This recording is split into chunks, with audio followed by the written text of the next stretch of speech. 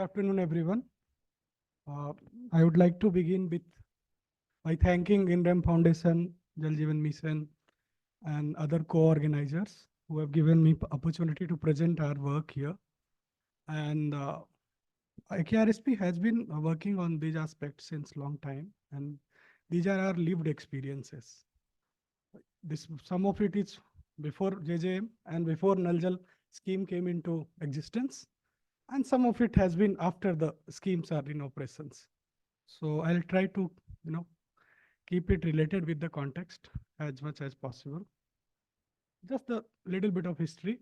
AKRSP has been working in Bihar since 2008, and we are currently active in 4 states: Maharashtra, MP, Gujarat, and Bihar.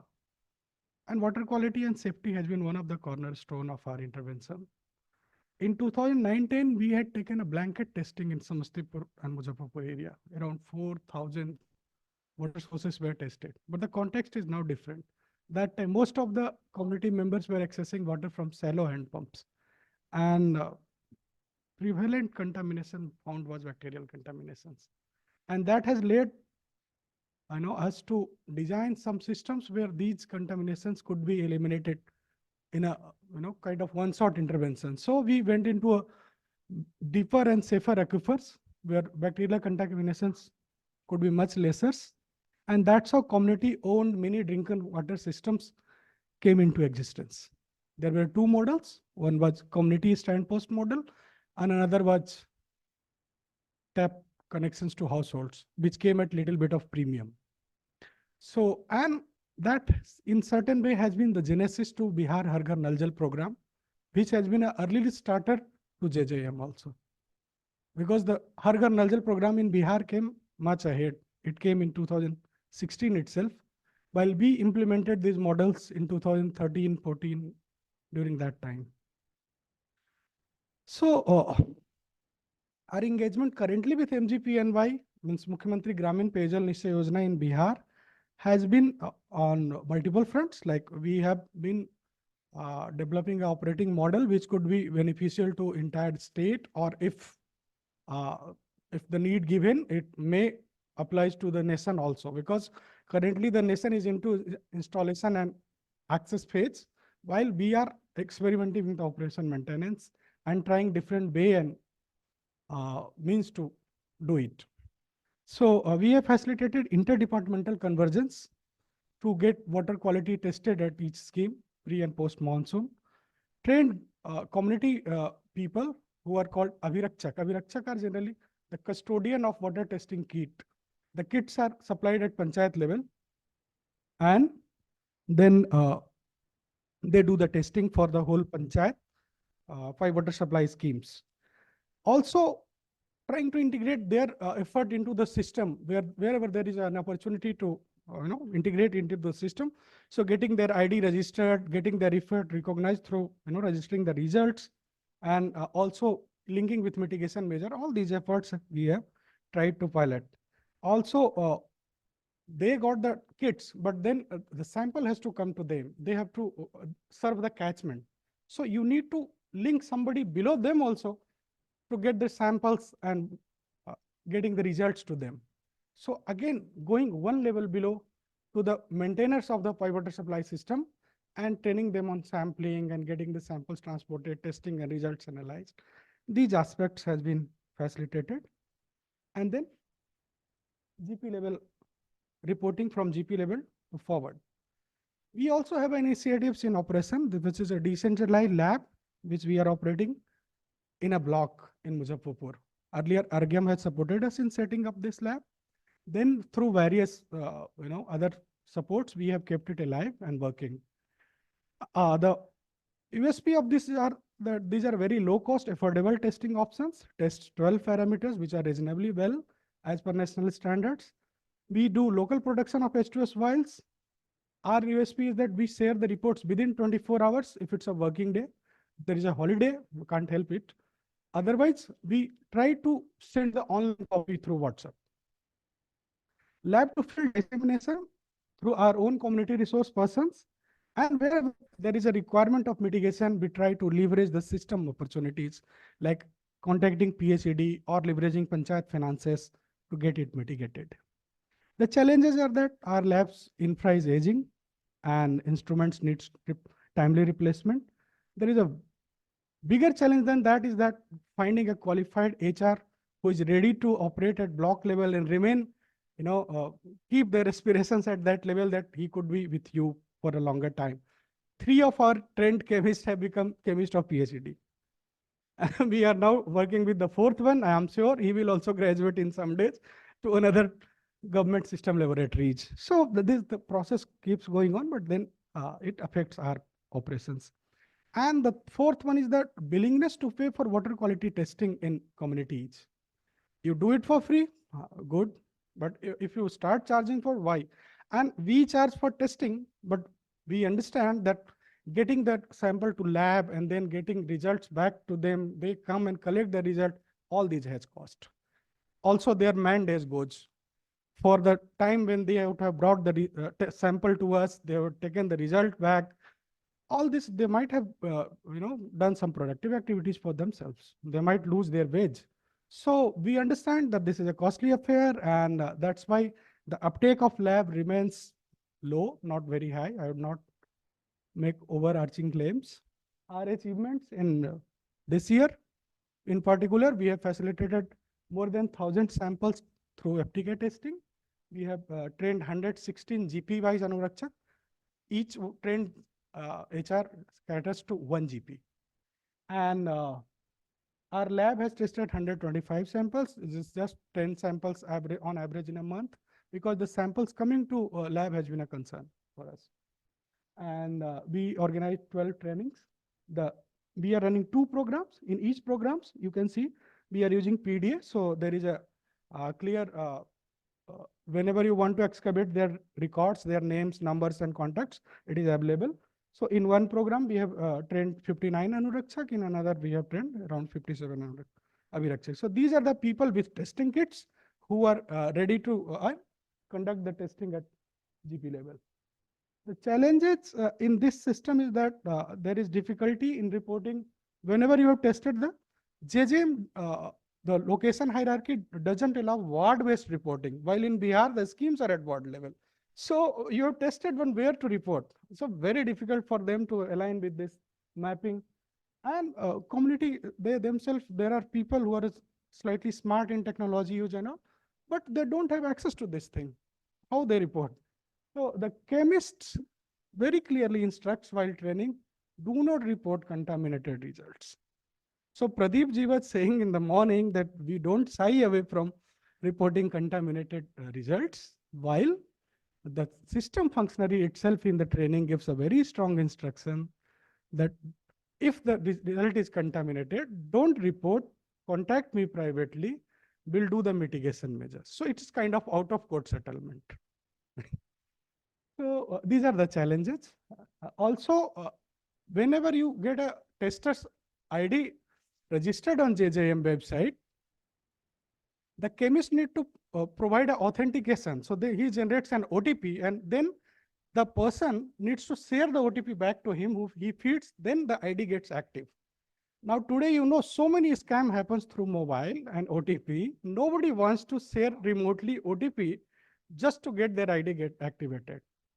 So these are small bottlenecks, but very, very difficult problems. And system has no time to go and sit with that person and get their OTP authenticated. So these are the bottlenecks where CSOs like us can play their role in untying the knots. And we have precisely done that. Weak linkages is almost there, that district labs stands away in the district. There are no sampler in the district lab who can go and collect the samples in phase-wise and mapped manner. For them, whichever sample is easier or it comes to them, they get tested and gets reported. The trained cadre gap on PhD is very much visible. When schemes were maintained by PRD, there were much more cadre available. In PhD, below JE, there is nobody. And 1 JEs are generally in charge of 3-4 blocks. So precisely, they have 1,000, 1,200, 500 schemes to monitor. How do they get their samples tested, regularly? It's very, very difficult. So they should definitely collaborate with CSOs, platforms in community like SSGs, and all them should come in this. A timely availability of kits and consumables. The kits were purchased and placed, I don't know where. When it reached ground, only 2 months of validity were left out of a year. So these are practical challenges. While people keep writing letter, nobody takes this effort that kits gets delivered on the ground.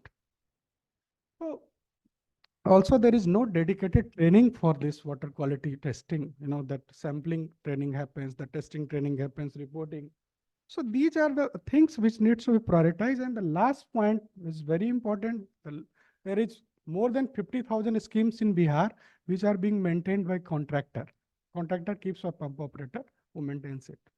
Now, contractor has no accountability to the community. How much ever you say in your presentation, why do a contractor becomes accountable to community? His money has to come from department. He is accountable to department. So this accountability benchmark needs to be built and as per their performances, because I hear quite a lot that PhD charges contractors for when their schemes are non-functional. But I've never seen in public domain that how much which contractor was charged for their schemes remaining non-functional. So if they're charging, then they should definitely make this data publicly available. And that applies to all over nation wherever contractors are managing the schemes. So the accountability for community to contractor needs to be built. What we have tried doing is done innovation in terms of a app, which is Abni app. We have taken whatever mandated important task at a pipe water supply level, the maintainer itself can report here. So in our area, there are 5 important tasks. One is tank की सफाई, WMC की बैठक, जल चौपाल, जलापूर्ति योजना का logbook, and then the scheduled water quality testing. So all these 5 tasks Anurakshak themselves can report, and this has multiple level of visibility where people from state, district, block can see. So there is a digital viability and transparency built into the system, and we have rolled this in 3 blocks, around 550 schemes. So our way of doing it is that we first get letter issued from block, and then we also ask panchayat people that letter has been issued. Now you can see once the block instructions comes, then the panchayat releases letter to each wards that on this day there is a camp for water quality testing, and from each scheme you bring a sample and get this tested, and then it gets reported. So that's how we facilitate it. We also do confirmative testing of 10% samples of FTK to our lab, and most of the results have been, correspondingly similar, which has been reported in FTK results. Also, it confirms in our lab, but only thing is that only 5 or 7 parameter gets through FTK tested, while our lab tests 12. So we can compare only common parameters which were tested by government FTK. So that's how it looks like, but there is no major deviation as such. Thank you very much. I would appreciate any question or comments.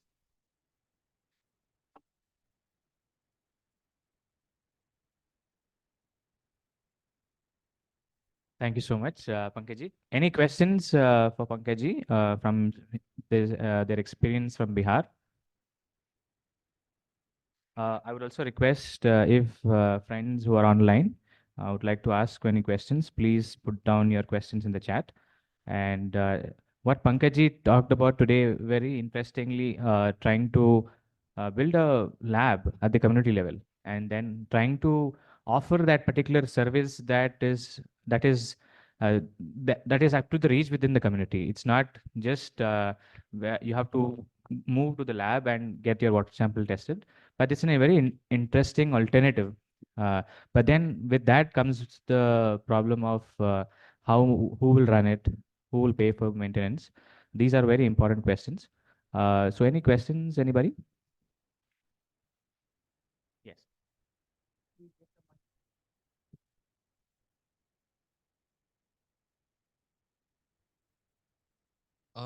Very specific key when you are trying to generate data at the grassroots, and there is already another data set which has been compiled by the government. What kind of clash or conflict do you experience in terms of getting your data getting accepted at either at the panchayat level, at the block level, or at the state level?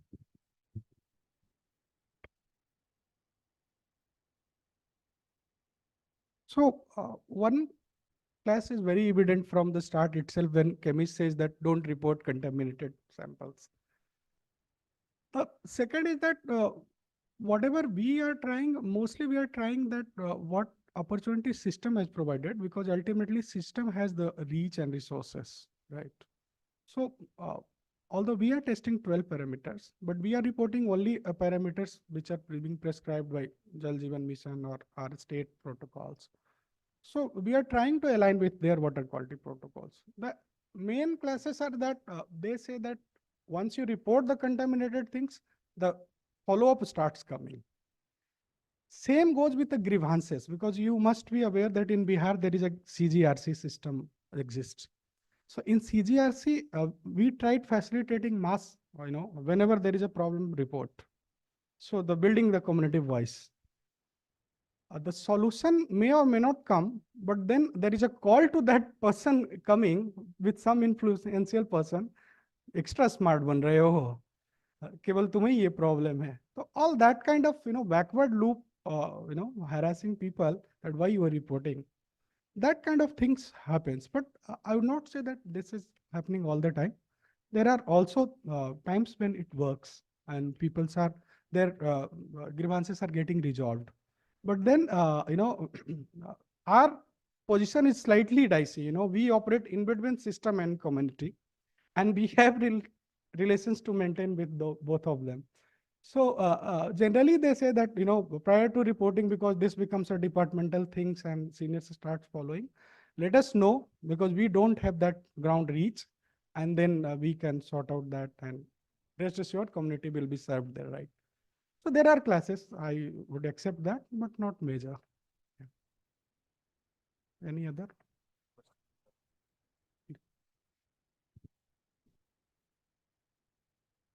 So by what method you are testing? All these things are through field testing kits, the results. Are you using any UV or spectrophotometer? Yes, sir. So we have a spectrophotometer in our lab. Because yeah, these field test kits results are often erroneous. So WHO has definitely against this testing.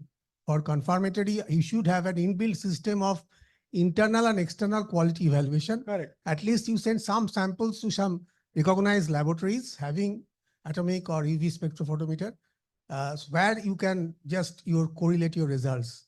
Second thing is that how much you are charging for testing the water from the community.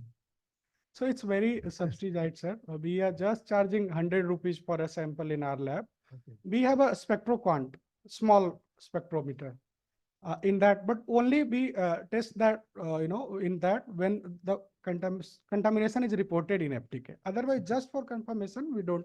Only for positive results. Only for positive results we do. All positive or some 10% or? No, some percentage we also take, because we are very conscious of the fact that sometimes the government provided FTK, the reagents may be spoiled or the problem. So yes, random sampling we are taking, trying to meet 10% benchmark. But yes, the contaminated sample reported, we must test and we must investigate if the contamination is true. Then yeah, linking to any certified NABL lab, we are in the process of identifying. And in Bihar, there are dearth of NABL labs. I'm saying because I have trained all the medical officers in Bihar. Yes, yes, So I have seen you in they State are Health also the Society. same question of having some reference laboratory from Yes. where you can cross-check your data. Yes. Thank you. Thank you. Thank you. What is that question? What arrangements can be done for Human resource in the lab. Yeah. So in labs, there are chemists in district labs. They are well qualified people.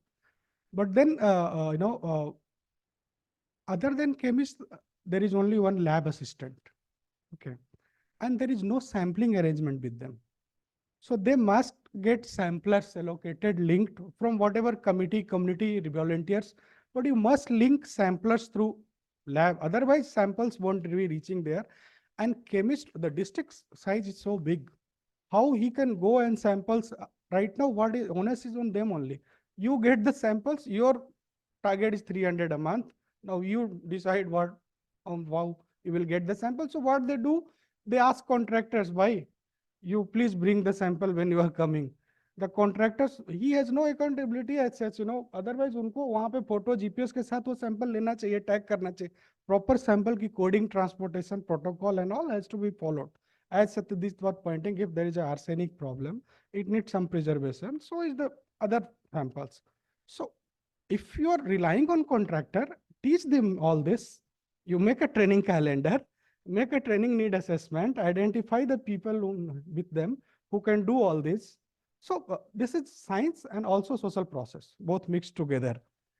A contractor, making him a social practitioner requires quite a lot of effort. So the sampling HR is definitely required. And also there are some HR who are, like not in permanent position, or they are not paid wages for long time and they have to leave without, getting due compensation. And also these are the problems. Also infra problem is there. We had carried very detailed assessment of 4 district labs in Bihar, and Dr. Ghosh sir has carried for all 38 labs in Bihar. And the results are already there in public domain. It's just that if government wants to act on that, nobody could stop. And then your people would be happy to support them. So the gaps are already in public domain. It's just that if they want to move ahead on that. Thank you. We can provide the detailed report if anybody wants.